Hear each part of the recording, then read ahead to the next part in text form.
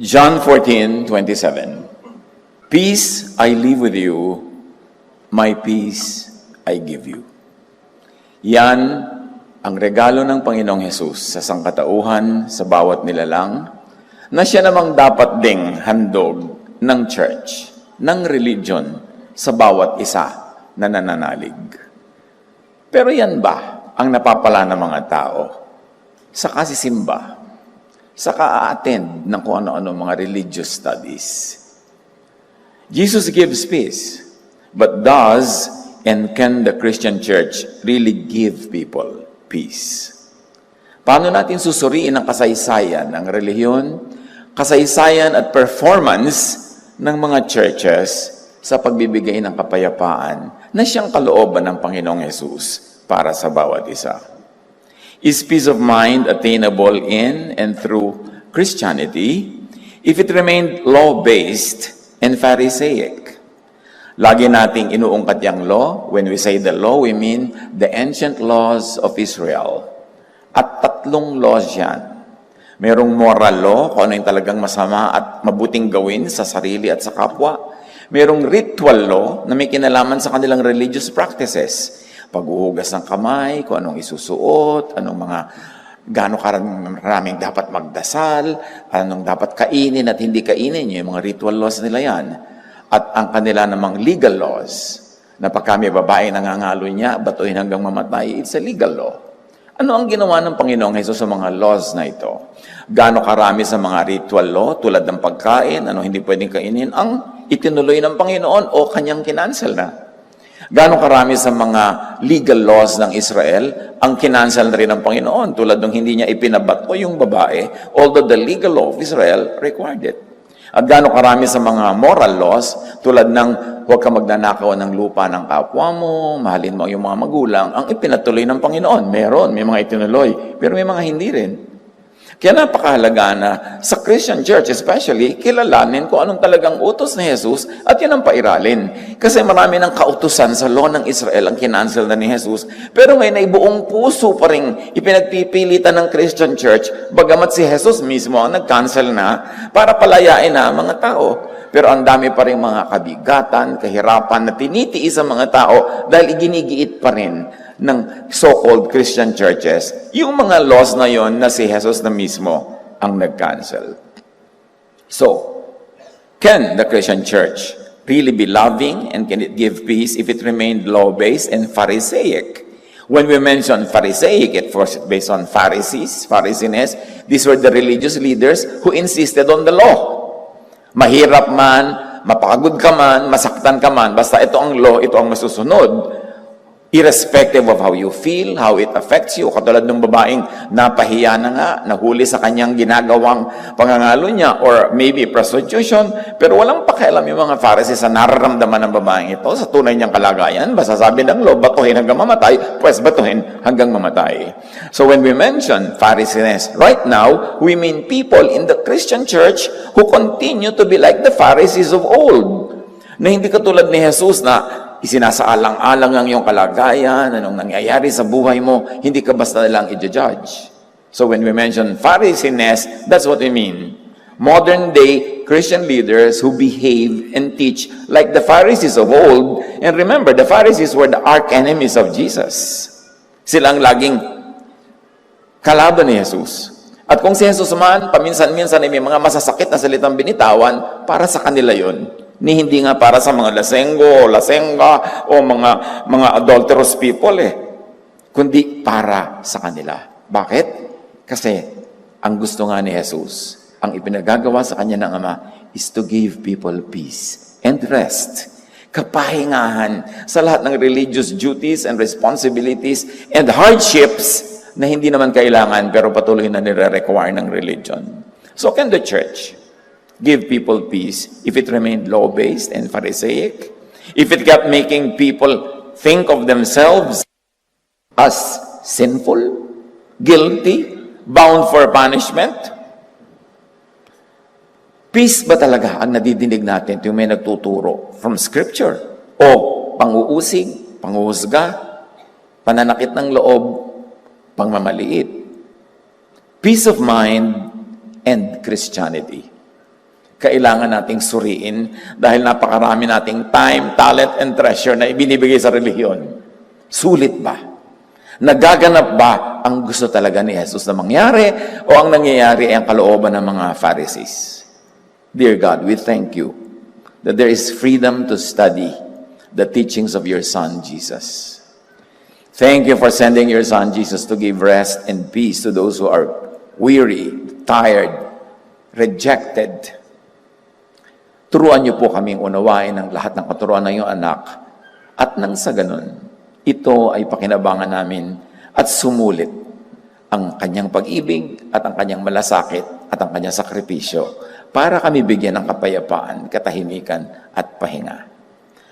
Sa sandaling ito, payapain niyo po ang aming loob, patahimikin ang aming puso at turuan niyo kaming taimtim na makinig sa inyong tinig. Kayo ang mangusap, kayo ang magturo, kayo ang patuloy na magpalaya at magbigay ng kaliwanagan na magbubunga ng pahinga at kapayapaan sa aming puso. Be our speaker, Lord Jesus. We seek you. We seek you with all our hearts. Father, we thank you in the name of Jesus, your Son, our Lord, our teacher. Jesus came proclaiming and dispensing love and grace, setting people free from the law. At binanggit na natin kung ano yon. From guilt, from judgment, and from fear. All by grace. Jesus came giving peace of mind.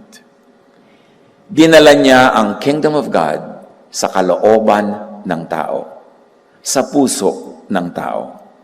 Nang siya'y tinanong, nasan po ba ang kingdom of God? Sabi niya, huwag niyong hanapin doon, huwag niyong hanapin dito, huwag niyong akatin ng mga bundok, huwag kayong mag-pilgrimage, huwag kayong kung saan-saan maghanap. Because the kingdom of God is in you.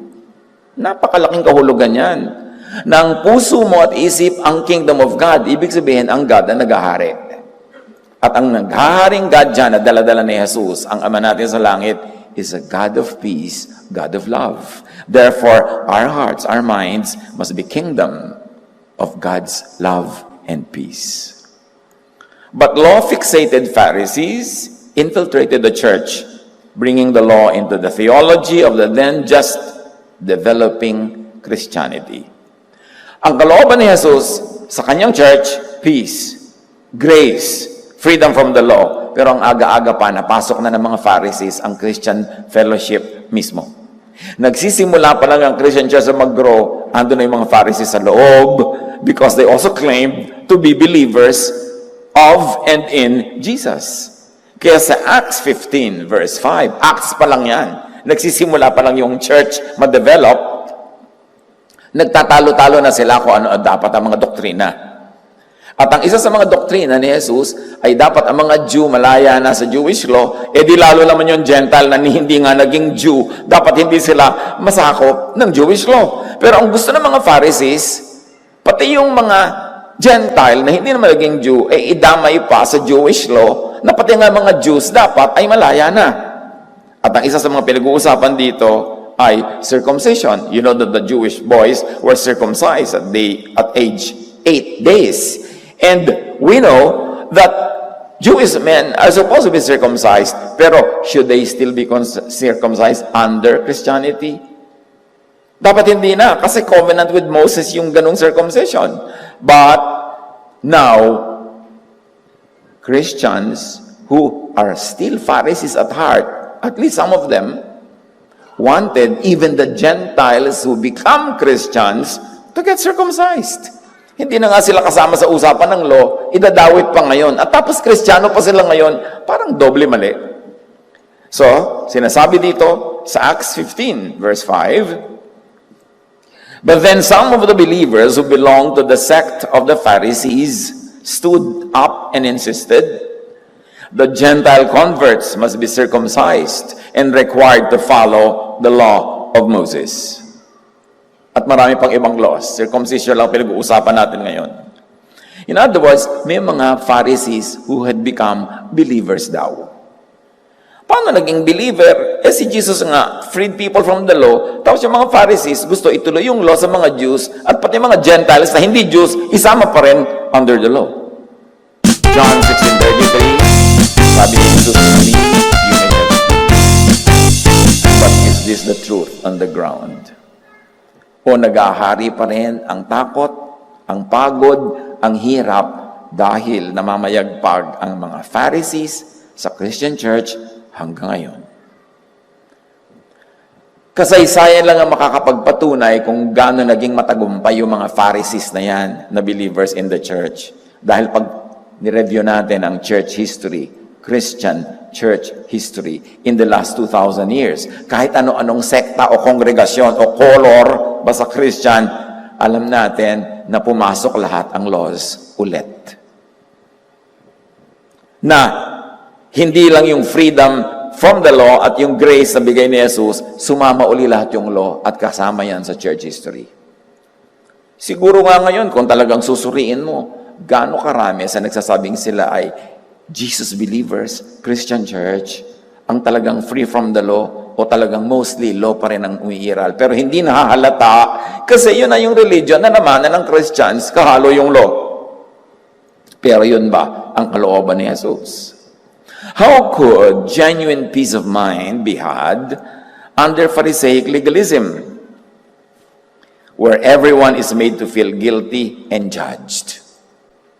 Na pagka dumapo sa iyo ang Christianity, pag dumapo sa iyo ang Christian missionaries at naging miyembro ka ng anumang uri ng Christian congregation, ang idududod sa ilagi ay law, that you are guilty, that you are a sinner, at lagi kang tinatakot, tumanggap ka na kay Jesus, naligtas ka na, tatakotin ka pa uli na pag nakasala ka, wala na naman yung kaligtasan mo, tapos matakot ka, baka bumalik si Jesus, abutan ka nag-enjoy, abutan kang tulog, abutin kang, tapos laging fear. So, ang ginagawa ng Pharisaic religiosity, instead of the kingdom of God in people's heart, they give people hell. Hell in the mind, hell at heart. Laging takot na takot ka. Takot kang mapagalitan ng Diyos, takot kang mapalo ng Diyos, takot kang dumating si Jesus, naabutan kang ganyan-ganyan, takot ka na mawasak ang daigdig, mag-end of the world, puro takot. Tapos may makikita ka pa mga t-shirt nakasulat, God saw what you did. Talaga, yung tatakotin mo na naman ako, talagang Jesus saw what I did. Yung hindi ba dapat ka matuwa that Jesus saw what you did? Kasi you're already covered by the blood of Jesus. Pero ang ibig sabihin ng salita na yun, matakot ka, alam ng Diyos, nag-enjoy ka, masama yan. Yung mga ganun, puro ganyan. How to have peace of mind in the mostly Pharisaic church? Hindi naman lahat, nawa. Pero tingnan mo lang ang itinuturo, behavior, malalaman mo agad kung Pharisaic. How can you do that? In a climate of Pharisaism, how can you have peace of mind? First of all, about yourself and others, accept human limitations. Psalm 103:14, for God knows how weak we are. He remembers we are only dust. Salamat. Naaalala lagi ng Diyos, ay oo nga pala, tao ang mga ito. So trust in God's love. Especially when you're not able to be perfect. And who can be perfect? Ephesians 3:17-19, and I pray that you may have power to grasp how wide and long and high and deep is the love of God, the love of Christ. And to know this love that surpasses knowledge, that you may be filled to the measure all the fullness of God. Idinadalangin kong magagap mo ang lawak, ang haba, ang taas, ang lalim ng pag-ibig ni Kristo. At nang sa ganon, maunawa mo yung pag-ibig na lampas sa kayang maunawaan. It surpasses knowledge. At nang sa gayon, mapuspos ka ng punong-puno ng fullness of God, which is peace, which is love, which is rest.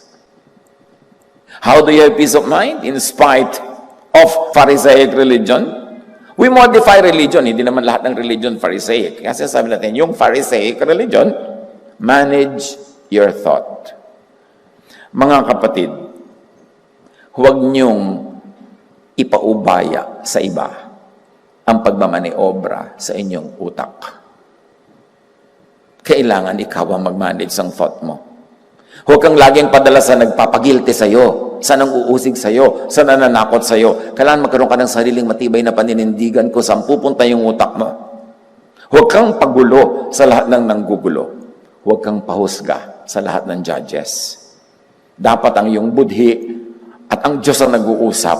Huwag mong isalalay sa kamay ng iba the management of your thought. Ephesians 4:23, let the Spirit change your way of thinking. And may I add, your way of thinking about sin and judgment, about you and others, about how God sees and considers you, and you are under grace. Hayaan nyo na ang Espiritu ng Diyos ang siyang tunay na umakay sa direksyon ng inyong isip tungkol sa inyong sarili at sa inyong kapwa. Hindi yung panghuhusga at pang-uusig ng mga Pharisees. Kaya si Jesus galit sa kanila eh. Si Jesus nga, hindi naman pinapagalitan. Alam mo, papagalitan niya yung tax collector, papagalitan niya yung woman caught in adultery. Sabi niya, umuwi ka na. Tigilan mo na yung kasalanan na yan. Pero yung mga masasakit at matatalim na salita sa mga religious leaders, kasi ang binibigay nila sa tao, bigat ng loob, guilt, fear, nakalaban ng peace, which is the message of Jesus. Hindi ka naman pwede magkaroon ng peace with God by accomplishing perfection para kayo maging at peace. No, you have the peace of God because you accept by faith the grace and love of God, which you do not deserve, but you accept anyway, and therefore it gives you peace. Lagi itong pinag-uusapan, lagi itong teaching, pero nauunawa ba talaga ng mga tao? Kasi kung nauunawa nila, dapat may peace. Dapat hindi madaling matakot, hindi madaling nervyusin, hindi madaling masiraan ng loob. John 14:27, sabi ni Jesus, kapayapaan ang iniiwan ko sa inyo. Ang aking kapayapaan ang ibinibigay ko sa inyo. Hindi ito katulad ng kapayapaang ibinibigay ng mundo, yung may conditions. Huwag mabaghabag ang inyong kalooban at huwag kayong matakot. Huwag kang matakot na hindi ka perfect. Alam yun ng Diyos. He remembers that you are dust. Huwag kang matakot na nagkukulang ka. Alam yun ng Diyos. Pinuno ni Jesus. Apaw pa. Huwag kang matakot na mayroon kang mga pagkukulang kasi nga pinupuno ni Jesus. Huwag kang matakot na hindi perfect. Alam yun ng Diyos. At sa kabila ng lahat ng alam ng Diyos, tayo kanyang inibig, tinanggap ng walang patakaran. At sabi ni Jesus, I came that you might have life and have it to the full. Come to me, I will give you rest. Yun ba talaga ang ibinibigay ng religion? Kapayapaan ba ang ibinibigay ng law-based, Pharisee-run Christianity? Bakit natin pinag-uusapan ng mga ganito? Dapat kasi natin suriin. Tulad dito sa ating bayan, sa Pilipinas. Kailan din naman nagsimula na umuso yung mga born-again churches, mga Bible-based, mga ganyan-ganyan, ano? Ng mga Bible-waving people na puro Bible ang binabasa. Well, nagsimula yan nung dumating yung mga Amerikano, nung 1900s. Pero actually, yung feverish growth of Bible-based faiths, noong mga late 60s. And then tumaas tong 70s. Nag-climax sa mga 80s hanggang early 90s. Gaano karami sa inyo ang hindi naman Bible-based ang inyong faith noon, pero nilayasan nyo ang dati nyong relihiyon para ma-born again, para sumama sa mga born-again churches. Kailan nangyari yan? 1970, 80, 90? Kung tutuusin natin, yung climax ng pag-grow ng Bible-based Christianity sa Pilipinas was mga late 70s, early 80s, halos mga 40 years ago, which is already one generation. Eto tanong, nilayasan nyo yung dati nyong religion, nakipagkasira pa kayo sa inyong mga tiya, mga pinsan. Yung iba, nagmartilyo pa ng mga groto, nagsunog ng mga puor, nakipagkasira sa mga kababata, hindi dumalo sa mga lamay, libing na mga lolang namatay dahil naibanahan yung faith. Hindi kayo nag-abay sa mga kababataan nyo at mga kaklase na ikinasal dahil yung church sa paggagawa ng kasal, hindi kayo tumutungtong doon. Hindi kayo nakikipaglamay, libing, piyesta, lahat-lahat. Ang dami niyong tinalikuran. And I don't only mean you now, nakaharap ko ngayon, kundi lahat ng sumali sa ganitong Bible-based faith. Ang tanong, sulit ba? Siyempre, sabi mo, sulit kasi ng buhay na walang hanggan. Hindi yun ang pinag-usapan. Sulit ba sa day-to-day life? Talaga bang napanatag ka? Natahimik? Talaga bang minahal ka ng iyong mga churchmates, ng iyong mga leader? O, nagkakamali ka, sinisipa-sipa ka, ititiwalag ka, huhusgahan ka, tatakutin ka. Sulit ba talaga napapahinga ka o lalo ka lang natakot? Nawa, sulit. Pero ang dami-daming, bakit lipatan ng church sa mga tao? Kasi naghahanap pa rin. Sa kabila ng kasisigaw noong 1970s, I found it. Ngayon, hanap pa rin ang hanap. Kasi ang nasalihan, mga Pharisaic churches, papangakuan ka, sumali ka sa amin, tanggapin mo si Jesus, magkakaroon ka ng kapayapaan, puro na lang tayo love dito, pag-iibigan, tulungan. Oh, grace ito, hindi works. O dali pumikit ka, magdadasal tayo. Pagkadilat mo, nagawa mo na, opo, huli ka. Mula ngayon, lost na ulit tayo. Ito na mga lost ng ating kongregasyon. Ang buhok mo, pahabain mo babae. Lalaki, paiksiin mo ang buhok mo. Itong pwede mong isuot, itong pwedeng kulay mo sa buhok, itong pwede mong puntahan, itong hindi mo pwedeng kainin. Bumalik ka lang sa law. Tapos tight ka pa ng tight. Nalugi ka. Dapat nga nung araw, walang tight. Ano talaga? Does the church keep the promise? Noong 70s, 80s, halos araw-araw, more than tens of thousands of new Bible-based congregations were being registered sa SEC. Kasi feverish, ang lahat ng tao nagdadasal, hallelujah, ganyan-ganyan. Pero ngayon, tingnan nyo kung gaano karami nagre-register, sobrang baba na. At yung ibang nagre-register lang kasi nag-split. Kasi ang mga tao, nadala. Hindi naman talaga natagpuan yung hinahanap because the church is unable to keep the promise of giving people peace. Nasangkot ka pa nga sa napakaraming mga religious wars, sectarian wars. Hindi ka lang napasama sa lahat ng mga Bible believers. Pala sa loob at karamihan ng mga Bible believers sa loob, ang dami-dami pa rin faction. Awayan pa rin ang pag-awayan. Nagyagera-gera kung gaano karaming tubig ang dapat isangkot sa baptism. Kung ano dapat ang tinapay na kakainin mo sa Lord's Supper, ang dami pa rin gera. Wala talagang katahimikan. So churches against one another and within one church, nag-away-away pa rin yung mga leader dyan, iba-iba pa rin ang mga doktrina. Nasaan yung rest? Nasaan yung peace? Hanggat law-based, hindi yan magaganap. Kasi ang dami-daming laws contradictory to each other. And also, kahit isang law, ang daming abogado, iba-iba ang interpretation nila sa the same law. Kaya ang dami-daming doctrinal wars. Do you think this is what Jesus wants for people who want to follow Him? Matakot? Ayaw ni Jesus na matakot ang tao. Pero ang usual Christianity, mahilig manakot. Bakit nga ba mahilig manakot? Pati si Jesus ipinapanakot. Pati nga pastor, panakot eh. Makita mo yung mga nanay, may hila-hilang anak. Ayun na si pastor. Talaga panakot ka pa rin eh. Puro takot. John 14:27, I am leaving you with a gift. Sabi ni Jesus. Peace of mind and heart. And the peace I give is a gift the world cannot give. So don't be troubled or afraid. Peace is the same gift that the church should give to people. Church, give this gift of peace to people. Huwag gawin ang mga taong sundalo sa napakaraming sectarian wars, paramihan ng member, labanan. Huwag gawin ang tao na tagagawa ng hindi maubos-ubos na gawain, na hindi naman laging ang ending doon sa ginawan at sa gumawa ay peace and rest. Bakit ang daming pinagpapaguran? Naku, bakit ka puyat? Kasi nagpray kami magdamag. Hindi ba pwede magpray sa araw? Hindi ba daig naman ng Diyos ang mercury? Bukas, 24 oras. Kailangan talagang madaling araw pa. Bakit? O bakit ka nangangayayat? Nag-prayer kami, nag-fasting. Bakit kailangan mo mag-fast? Ikinatutuwa ba ng Diyos na nilipasan ka ng gutom? Of course, up to a point, clinically, may benefit naman yung fasting pag tamang gawa. Pero hindi fast ka ng fast dahil religyoso ka. Kaya nga si Jesus, napagalitan ng mga Pharisees dahil sabi niya, he is a glutton and a drunkard, kain ng kain. Bakit hindi si Jesus ang tularan? Bakit yung mga Pharisees? Ang dami-dami mga requirement na hindi naman kailangan.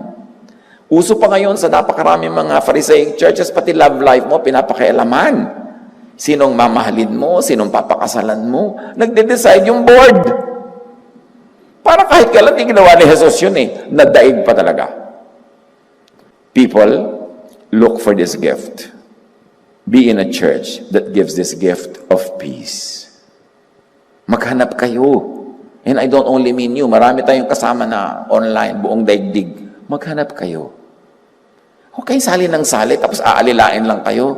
Huhututan kayo. Tapos, lagi kayong papagalitan, lagi kayong kulang, lagi kayong mali. At kahit 30 taon kayong maglingkod, pag nagkamali kayo, sisipain pa rin kayo. Bakit kayo sasali dyan? Iisa naman ang Diyos. Iisa yung Biblia. Humanap kayo ng mas matapat kay Jesus. But the church could be a dispenser of peace only if and after she changed her mind from law to grace. From judgment to love, from Moses to Jesus, from Pharisees to Jesusness. Hanggat hindi nagpapasya ang isang church na sumunod kay Jesus instead of kay Moses, na mag-promote ng love instead of judgment, hindi mangyayari ang peace na ito.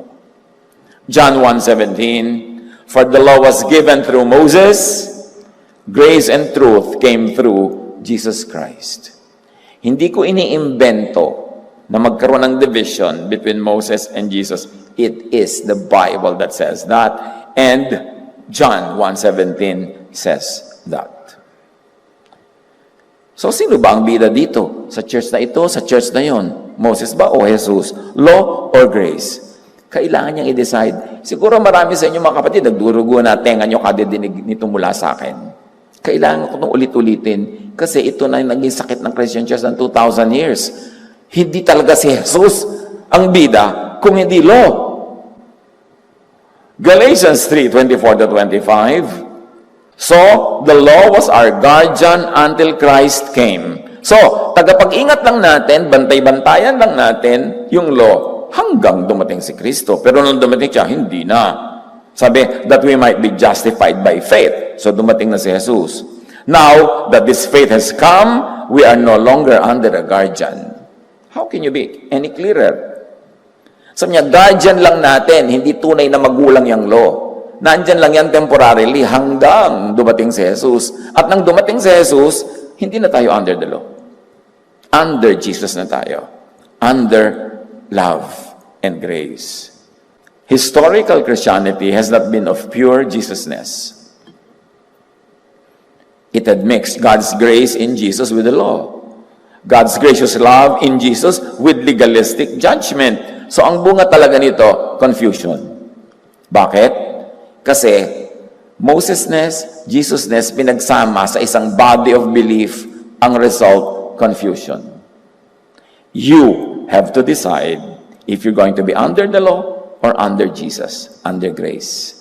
Kasi malinaw, sabi, andyan lang yung law habang wala pa si Jesus. Dumating na siya, huwag paghaluin. Kasi pag pinaghahalo yan, nalilito ka. Anong gagamitin ko sa'yo ngayon, law or love? Grace or judgment? Kasi, Tuesday ngayon, judgment tayo. Wednesday ngayon, love tayo ngayon. Kasi pinaghahalo. Decide. At kayo man mismo, mga kapatid, mag-decide kayo sa buhay nyo. Will you place yourself really under the law or under love? Under grace or under legal laws of ancient Israel? Pag malinaw na sa inyo yon, then you can decide really what to do with your life. At doon lang magbubunga yan ang tunay na kapayapaan o non-stop na gulo.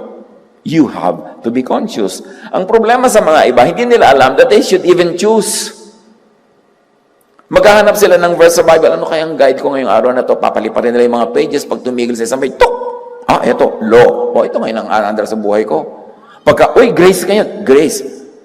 Kailangan nyo salain yan kasi magkahalo lahat niyan dyan. Pero dumating si Jesus to end the rule of the law. Hindi ibig sabihin nagiging lawless. Ibig sabihin yung Jewish law. To grow into Jesusness, the church must extract pure Jesusness from so-called Christianity, which is a confusing and troubling mix of grace and law, love and judgment, of peace and fear or trouble, of Jesus and the teachers of the law and Pharisees. Kaya kailangan gumamit ng Jesus filter, yung lagi nating sinasuggest. Ang dami niyong makikitang katuruan sa Bible, salain niyo lahat kay Jesus. May mga katuruan kasi dyan na para lang specifically for the tribe of Israel at a specific time and place. Nung naiba na yung situation nila sa history, naiba na rin yung mga laws nila. Hindi naman forever yung mga law na yun. Kahit nga mga law ng mga bansa, nagkakaroon ng mga constitutional amendment. Kasi hindi na bagay yung mga laws na yun sa reality. Yung mga laws na moral, laging totoo yun. Like, do not kill your mother, yung do not steal from your sister. Lagi yung totoo, universal. Yun ang moral law. Pero yung mga legal laws and ceremonial laws ng Israel, ang dami na dyan kinancel ni Jesus. Tapos ipipilit mo pang ituloy ngayon. Di napapagod ka for nothing. Kaya kailangan salain. Kaya yung mga iba-ibang kulay dyan sa ating drawing, meron dyan na tungkol sa legal laws. Hindi na yan lalampas kay Jesus kasi maraming legal laws si Moses, hindi niya pinairal. Katulad ng batuhan hanggang mamatay, hindi na yun. Alam nga naman sa church, kaya sabi mo, ay, biblical kami. Ay, may babae dyan o nangangalo niya, tara, batuhin natin. Kasi yan ang sinasabi ng law. Hindi na rin natin yung ginagawa. Ang dami-dami kasi masyadong lawful ang kanilang pamumuhay. Uy, masamang gawin ito, masamang gawin yun. Pero kumakain naman sila ng sugpo na ipinagbabawal din yun ng Leviticus. So, ibig sabihin, sila ba namimili kung ano susundin at hindi. Kung ano lang yung paborito nilang doktrina, yun ang bibigyan nila ng support na verse. Pero marami silang binibreak dun sa law. Kumakain din ng pork barbecue. Pero ipinagpipilitan yung ibang law sa Leviticus na gusto lang nila yung pairalin, pero yung mga ayaw nila sundin, hindi nila tinuturo. Selective din. Kaya kayo mga kapatid, you make your own choices. Kaya dapat nag-aaral kayo. Huwag tanong ng tanong lang, pwede ko po bang kainin ng chicharon? Pwede ko bang ganituin yun? Pwede bang ganun? Tanong ka ng tanong, mag-aral ka dyan at mag-decide ka sa sarili mo. Kasi pag napatapat ka sa conservative teacher, hindi ka papakainin ng chicharon. Pag napatapat ka naman sa iba, hindi ka papakainin ng dinugan. Kung walang puto. Yung iba naman, puto lang. So, sino ba yan? Huwag mong itaya ang buhay mo sa opinion ng mga religious leaders. Kasi kanya-kanyang opinion din sila. Kailangan makapag-decide ka for yourself. This is the age of the Holy Spirit, and the Holy Spirit guides us into all truth, and the Spirit is given to everyone. Hindi na lang sa mga religious leaders. So, bakit maraming relihiyoso? Bakit maraming Christians ay anxious, depressed, takot, emotionally tired, and disturbed? It is because law-crazed Pharisaic religiosity damages the thought and psyche. Maraming relihiyoso in all religions see psychiatrists. It's a fact. Kasi mahirap dalhin sa isip at nagtitrip na yung isip mo na iba ang sinasabi mo sa bibig mo na law, tapos iba yung umaandar sa buhay mo na totoo. Kaya galit si Jesus dyan, sabi niya, you hypocrites! Sabi ng bawal, pero ginagawa nyo rin naman sa buhay nyo. Kasi hindi nyo rin naman kayang sundin yung mga sinasabi nyong laws na yan. Ba't di kayo magpakatotoo? Para hindi nahahati ang inyong loob at nangangailangan tuloy kayo ng psychiatric help just to survive. The law that judges and condemns everyone all the time shatters peace of mind. Romans 3:20, walang taong mapapawalang sala sa paningin ng Diyos sa pamamagitan ng pagsunod sa kautusan. Sapagkat ang ginagawa ng kautusan ay ang ipaalam sa tao na siya'y nagkasala. So, hindi ka pwedeng magkaroon ng kapayapaan kung puro kautusan ang laman ng iyong isip. At saka, hindi ka rin naman pawawalang sala ng Diyos pag law ang ginawa mong standard, because you will not pass the test of that same law that you subscribe to as the standard. Sabi, hindi nakakapagligtas ang law. Ang ginagawa ng law, ipinamumukha sa'yo that you are a grand failure. Yan ang ginagawa niya. Hindi ka niya bibigyan ng kapayapaan kasi kahit kailan, hindi mo siya masusunod lagi. Romans 4:15, ang kautusan ay nagdadala ng poot ng Diyos sa mga lumalabag. Ngunit, kung walang kautusan, edi wala ring paglabag. You see the logic? Yang kautusan, nagdadala ng poot ng Diyos sa lumalabag. Pero kinansel na ni Jesus ang kautusan. At kung wala ng kautusan, edi wala na ring lumalabag. At kung wala kang nalalabag, edi matatahimik ka. Kung wala na ang poot ng Diyos, wala din ang worry and fear. Kaya dinilit ni Jesus ang legal and ritual laws. Not the moral laws. The legal and ritual laws. Yung mga anong kakainin, anong hindi kakainin, anong isusuot, yung mga ganyang mga bagay. Kaya dinilit na yan. Importante. Walang peace of mind sa Pharisaic religion. Kaya nga dumating si Jesus to free people from the law. Kailan kaya? At paano mauunawa at may enjoy ang grace of God given in and through Jesus? The law causes self-condemnation and guilt. Fear, self-righteousness, judgmentalism. And we know that judgmentalism troubles the mind of the judged and the judgmental. Yung nanghuhusga, trouble din yun kasi tinatamaan din siya ng sarili niyang panghuhusga kahit aminin niya o hindi. At yun namang hinuhusgahan, trouble din yun. So wala talagang benefit for anybody yung judgmentalism because everybody will fail. Law-based Pharisaic religiosity deprives people of peace as it imposes heavy religious burdens and duties. Ang dami. Pag sinunod mo yung lahat yung law, ang dami mong gagawin na nakakapagod na inako na ni Jesus. Luke 11:46, sabi ni Jesus sa mga Pharisees, mga dalubhasa sa kautusan, pinagpapasan ninyo ng mabibigat na dalahin ng mga tao, ngunit ni daliri ay ayaw ninyong igalaw upang matulungan sila. Ayaw ni Jesus yung napakaraming religious burdens. You know, the Israelites had to go to the temple for prayer 5 times a day nung araw. At yun na nga, hindi lang yung 10 commandments ang commandments sinusunod nila sa buhay. 613 other commandments rule their lives every day. Surely you will fail in most of them. How can you survive one day na nasunod mo lahat yun? The law and law-based Pharisaic religiosity damages self-perception as it results in self-depreciation. Kaya maraming relihiyoso, laging nilalait ang sarili. Laging masama ako, makasalanan ako, ganito lang ako. Ako'y isang masamang babae. Ako'y isang masamang lalaki. Ganyan-ganyan. Laging ganun ang drama. Kasi yun ang isinisiksik sa utak sa'yo ng law eh. Masama ka, kulang ka. And you know how it can damage the psyche. How it can damage the emotion. How it can damage self-perception. Romans 7:14-15, we know that the law is spiritual. Sabi ni Paul, but I am unspiritual. Bakit? For what I want to do, I do not do. But what I hate, I do. Sabi ni Paul, gusto kong bumait, pero di ko magawa. Alam ko ang dapat ginagawa according to the law, pero hindi yun ang ginagawa ko.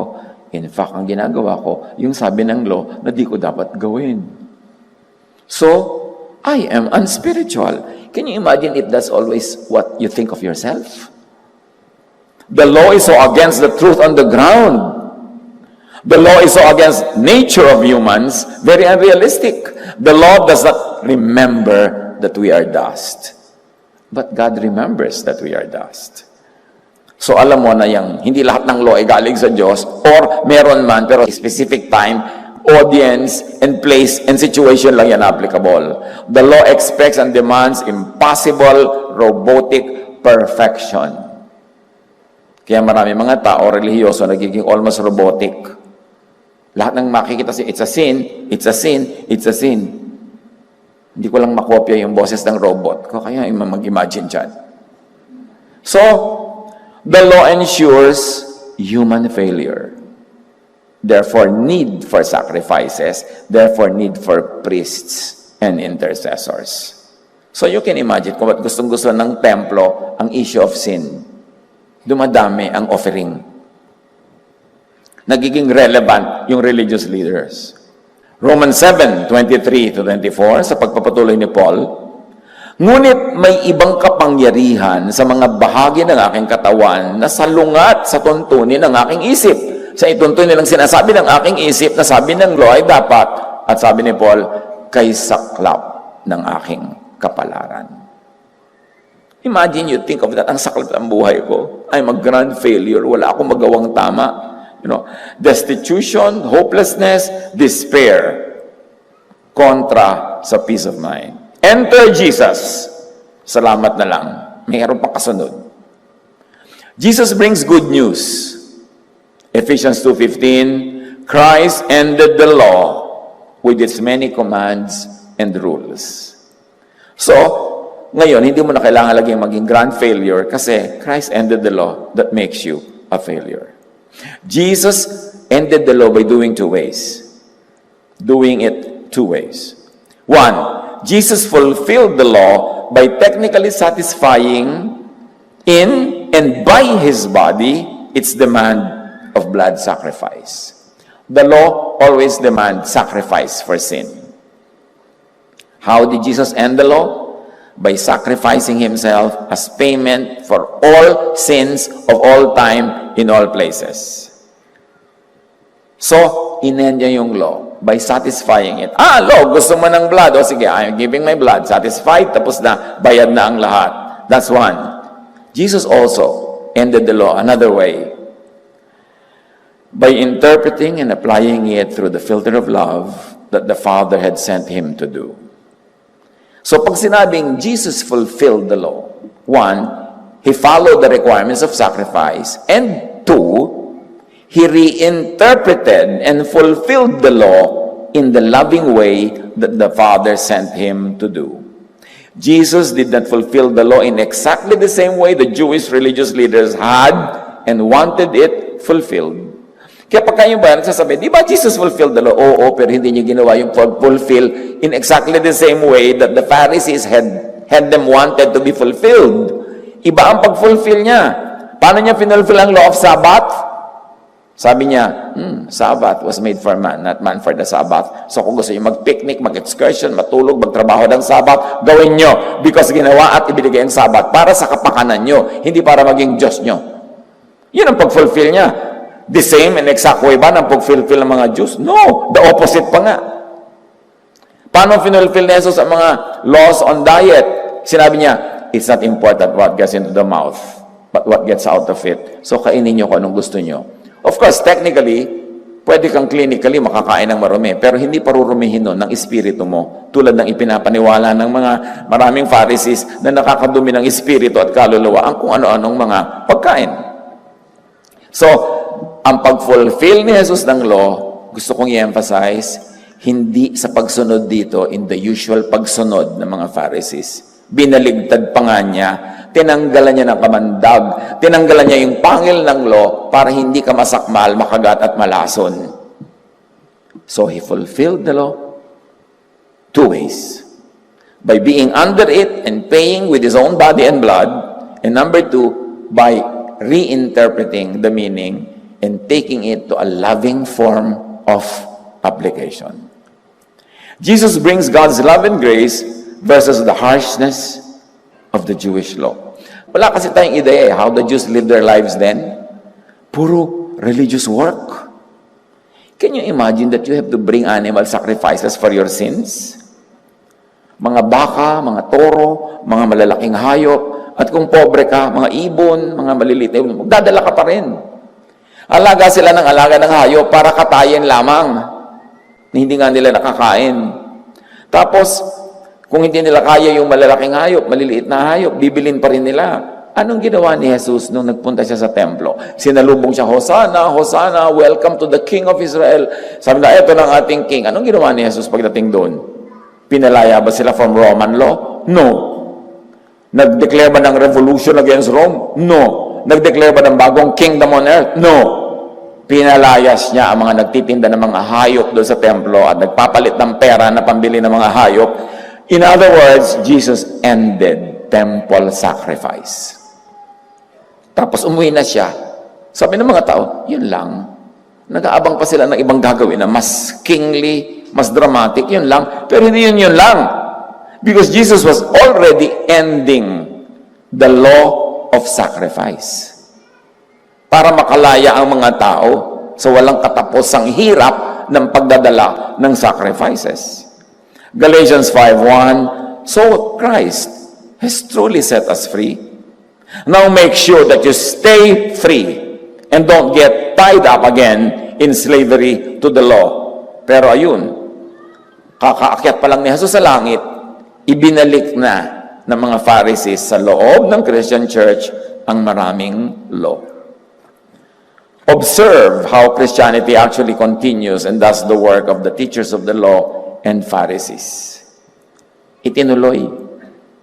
Kasi marami mga Pharisees ang naging member noong growing Christian Church at ginamit nila ang kanilang influence para ibalik yung just developing Christianity under the law. So tuloy ang law and judgment. Parang hindi dumating at nag-sacrifice si Jesus to fulfill the law the Jesus way, to abolish the law. Romans 10:4, Christ ended the law so that everyone who believes in Him is made right with God. So hindi na yung sacrifice, hindi na yung technical obedience to the tenets of the law, to the details of the law, ang nagpapabuti sa'yo, kundi yung pananalig mo kay Jesus is translated into righteousness. Jesus brings good news, forgiveness versus judgment. John 8:15, sabi ni Jesus, you judge by human standards, I pass judgment on no one. Malinaw ba yan, church? Jesus passes judgment on no one. Pero bakit judge ng judge? Ang mga church people. John 3:17, isinugo ng Diyos ang kanyang anak, hindi upang hatulan ng parusa ang sanlibutan, kundi upang iligtas ito mula sa parusa, mula sa law na nagpaparusa sa pamamagitan niya. Parenthesis, mine. Jesus brings good news, freedom from mental torment because of fear of punishment and from hiding and pretending. Pagka ang people ay under the law, wala naman talaga nakakasunod, so what will you do? Dalawa lang, ibubunyag mo sa lahat na hindi mo nasunod o itatago mong hindi mo nasunod, you will live in darkness, you will live in hypocrisy, you will hide, you will live in hiding, at mahihati ang iyong loob. John 12:46-47, sabi ni Jesus, I have come into the world as light. And you know, light is disinfectant. Pag tinamaan ka ng light, inotoclave ka, ginamit sa klinik ang mga light, kung ano-anong lights, namamatay mikrobyo. I have come into the world as light, so that no one who believes in me should stay or should hide in darkness, or should stay under infection, in isolation, or in hiding. Ang ganda ng metaphor na ginamit niya, so siya ay light. Pag tinamaan ka ng light, you get disinfected. At pag tinamaan ka na ng light, wala ka na sa darkness. Ang ibig niya sabihin, ano man ang kalagayan mo, nananalig ka sa akin, gumagaling ka, nililinis ka ng aking light, at hindi lang yon, hindi mo na kailangan magtago. Lumabas ka, magpakatotoo, because I will not judge you. In fact, I will restore you. Eh, bakit nagtatago yung mga hindi makasunod sa law? Kasi, bagamat hindi nagja-judge si Jesus, nagja-judge ang church. Kaya madalas, mas relihiyoso, mas ipokrito. Kasi nagpapanggap ka. Papasok ka sa church, dapat may isang wall na punong-puno ng maskara. Suutan ako, magmaskara na tayo, papasok ka tayo sa church. Kasi hindi pwede yung totoo tayo. Mapapagalitan tayo. Kailangan natin magpanggap. Meron pa, nagtatawa na, uy, nandiyan na si pastor. Hindi na sila tatawa. Kailangan banal ang dating. If anyone hears my words, sabi ni Jesus, but does not keep them, I do not judge that person. For I did not come to judge the world, but to save the world from judgment from the law. Malinaw ba to? Sabi ni Jesus mismo, If anyone hears my words ko na to, but does not keep them, hindi ko pa rin siya usugahan. So, sino ngayon ang may karapatan ng usugahan? Hindi ito para huwag ka na talagang sumurot kay Jesus, pero hindi ka usugahan. Point ni Jesus, huwag ka namang gusto ng kapwa niyo kung mas kaya lang usugahan dyan.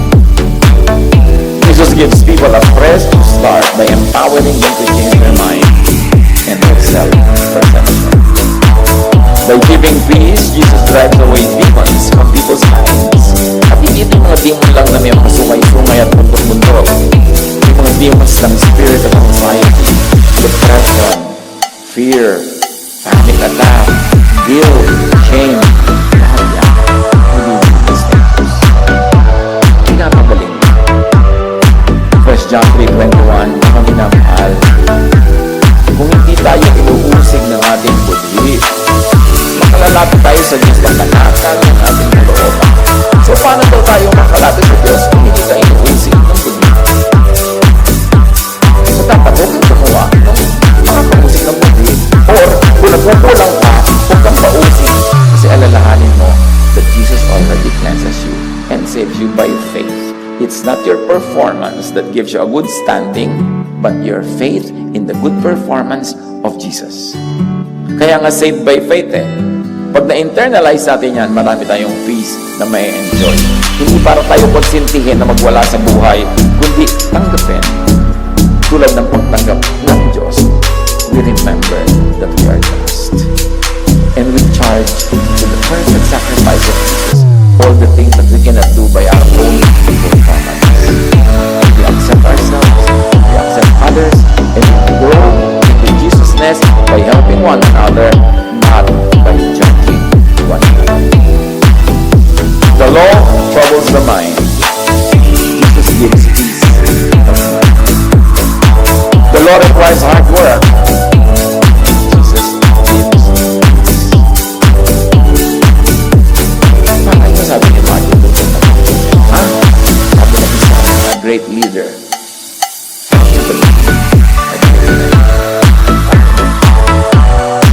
Tayo lahat rin. Kung ang dream natin, what if by God's love and grace given through Jesus, people change their thought of themselves from sinful to righteous living? Ano ba ba natin iniisip ko sa kapwa na sinful siya, pero kapalitan natin righteous living kasi may faith in Jesus. Ako din sinful and perfect, pero in the eyes of God, I'm righteous by faith. What if we change our mind into that? Sapagkat si Kristo ang kaganapan ng kautusan, sinasabi yan sa Romans 10:4, upang ituring na matuwid ng Diyos ang sinumang sumasampalataya sa Kanya. What if we thought of ourselves that way? And of others too? What if the church helped people change their thoughts of themselves from bad to good in the eyes of God? From guilty to not guilty as justified in the court of God, where Jesus is our defense attorney. What if we change our mind from thinking of ourselves as distant from and hated by God to close to and super loved by God? Won't it change the way you look at life? Won't it change the way you live life and the way you deal with one another?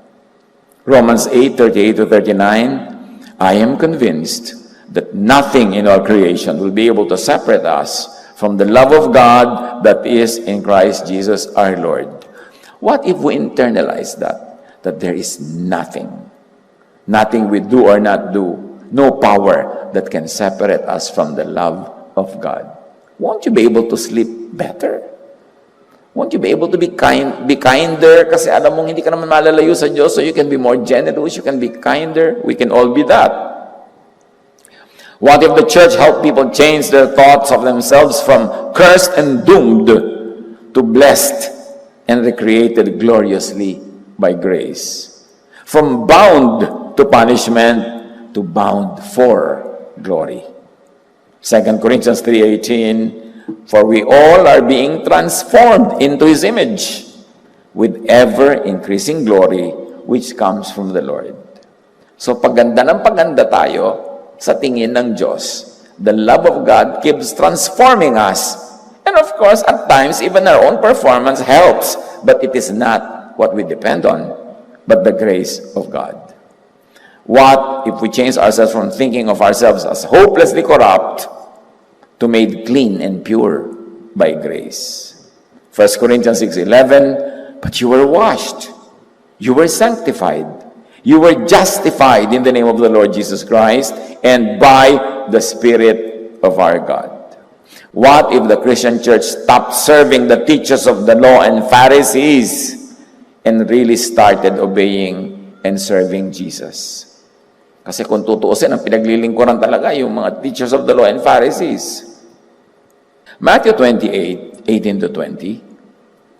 Then Jesus came to them and said, all authority in heaven and on earth has been given to me, meaning not to any other teacher.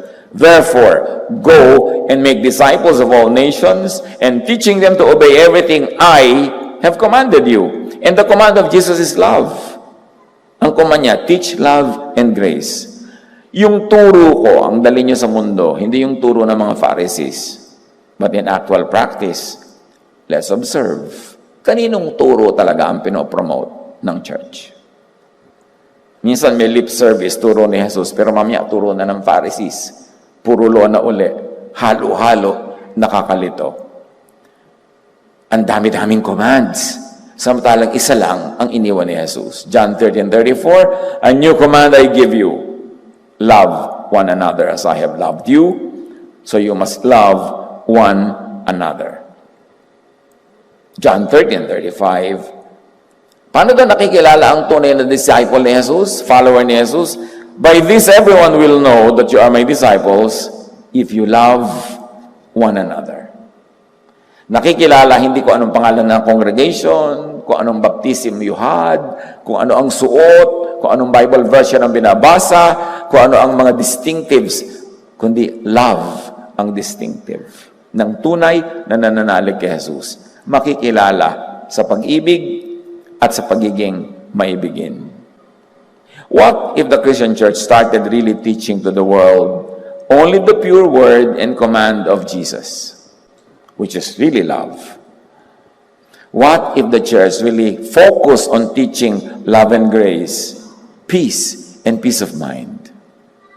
Remember, ang sabi ng Proverbs 4:23, your life is shaped by your thoughts. So what do you think of yourself? What do you think of others? What does your religious belief make you think of yourself and of others? Kailangan mas maging mapanuri tayo, huwag lulon ng lulon, kailangang salain yan. That is why Jesus likes you to change your mind into rest, into peace, and joy. Yan ang kalooban niya para sa atin. Yan ang dapat maganap. Centerpiece teaching ni Jesus, Matthew 11:28. Come to me, all of you who are weary and burdened, and I'll give you rest. And this is weary and burdened with religious law. Sabi niya, I'm going to give you rest. Let's simplify. Love na lang. When you do love, it's better than obeying all the laws. So have peace of mind in Christianity. Peace of mind is in changing your mind from the law to grace, from Pharisainess to Jesusness. Mga kapatid, we all have to make that decision. Will I be under the law or under grace? Will I subscribe to the law and all its punishments and all its mananakot, or accept grace given by the Father through Jesus? Romans 5:1-2. Therefore, since we have been justified through faith, we have peace with God through our Lord Jesus Christ. And Jesus is very emphatic, John 5:45, but do not think I will accuse you before the Father. Your accuser is Moses, on whom your hopes are set. And this is the irony of Pharisaic religion. Sabi ni Jesus, huwag niyong isipin kahit kailan na ako ang mangko-condemn sa inyo before the Father. No. Yung inaasahan nyo, yung paniniwalaan nyo, yung sinusunod nyo, si Moses, yun ang magpapahamak sa inyo. Kasi yung law, hindi kanyang dadalhin sa kaligtasan, ipapahamak kanya kasi hindi mo siya kayang sundin. Preachers and teachers must know and decide what thought they will plant in people's minds. Grace or love or law.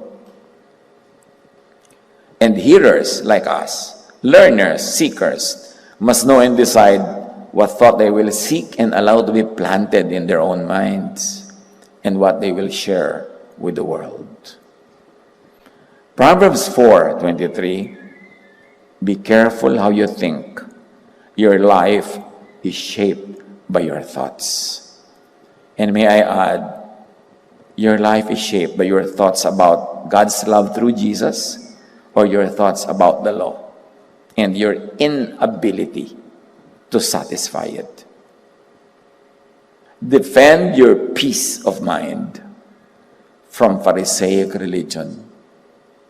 Nag-i-invest tayo ng time, talent, treasure sa ating religious faith, religious practice. Linawin niyo mga kapatid kung kanino talaga kayo sumusunod at kung saan at kung ano talaga ang iisipin niyo tungkol sa relasyon niyo sa Diyos. Are we connected with God through His grace and love or we try to earn the connection through the law? Your decision, the clarity of your thinking about it will determine the quality of your life here and beyond. Turuan niyo kami, Panginoon, to seriously consider these things. Lagi naman namin naririnig. Pero magkaroon talaga ng kalinawan at kaliwanagan para magbunga ng payapa, tahimik, maibiging buhay. Pagbulay-bulayan natin ang lahat ng ito, mga kapatid, na madalas naman natin marinig at nawa, hindi na natin kailangang laging pakinggan pa dahil luminaw na. Pag-isipang mabuti, ano ang mga tumatakot sa atin? Ano ang mga ipinapanakot natin? Ano ang katuruan ni Jesus tungkol sa lahat ng ito? Mapag-isa, sumandali, let the peace of God reign in your heart and let the Spirit give you a very personal application sa pag-aaral natin ngayon. God, continue to be with your people. Reveal your truth and give us your peace.